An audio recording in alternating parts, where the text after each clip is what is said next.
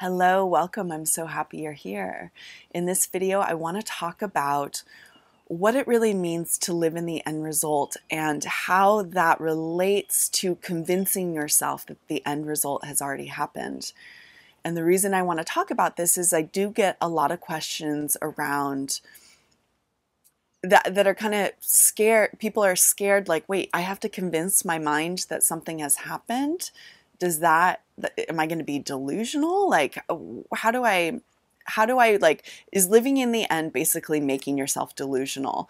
And my answer is no. And so I'm going to talk about what living in the end is and how it's different than really convincing your mind. Before I jump into the video, please make sure you're subscribed to my channel. I would love to have you. And also know that I offer one-on-one sessions. There's a link for those sessions below, and there's links to my huge collection of self-study manifesting courses below. There's 8 courses down there, so go ahead and check them out.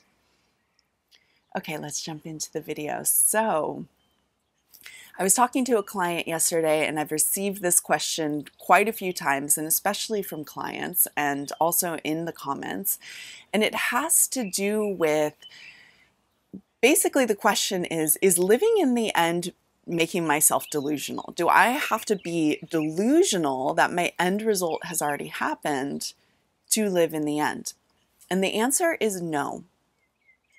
Living in the end is actually different than convincing your mind, your analytical mind, that your desire has manifested. So the example I used with a client yesterday had to do with living in the end result that you have moved to a different place, a different location. So I'm going to use this as the example because I think it makes it very easy to understand. So I'll do it for myself because I actually am moving soon. So I currently live in Austin, Texas. And I know that I live in Austin, Texas. It's where I live. It's where my home is. It's a belief that is well known for me. I am going to be moving to Southern California soon.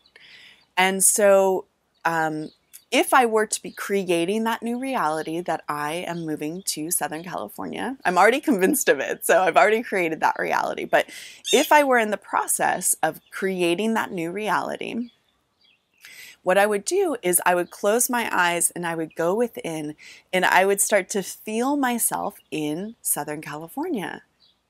Right? So I feel the new town that I'm moving into. I feel the new home I'm moving into. I feel the truth that I am living there, that is my new residence. I feel myself going to the beach. I feel myself in the forest. I feel all the things that have to do with me moving to Southern California.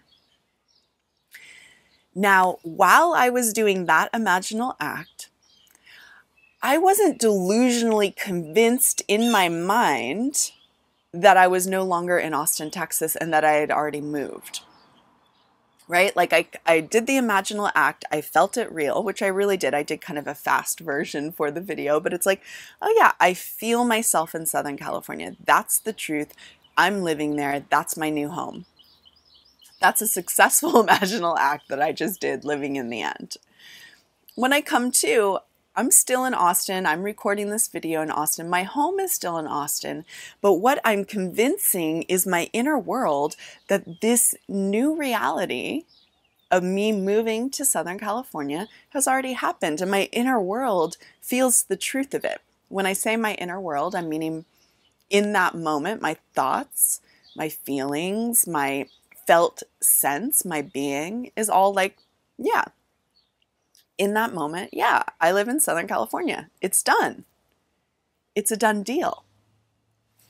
So as you can see, this is really different than kind of becoming delusional and convincing your mind that the end result has already happened. Again, I'm going to continue to know I live in Austin, Texas until that move actually happens.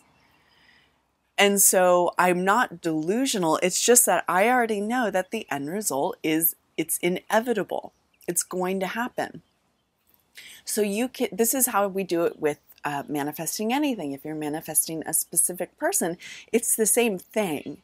You're not like delusionally convincing your mind that you're in a relationship with them, but you are practicing imaginal acts frequently that say, we're in a relationship. I feel us together. Like, this is a done deal. It's obvious. We're already together.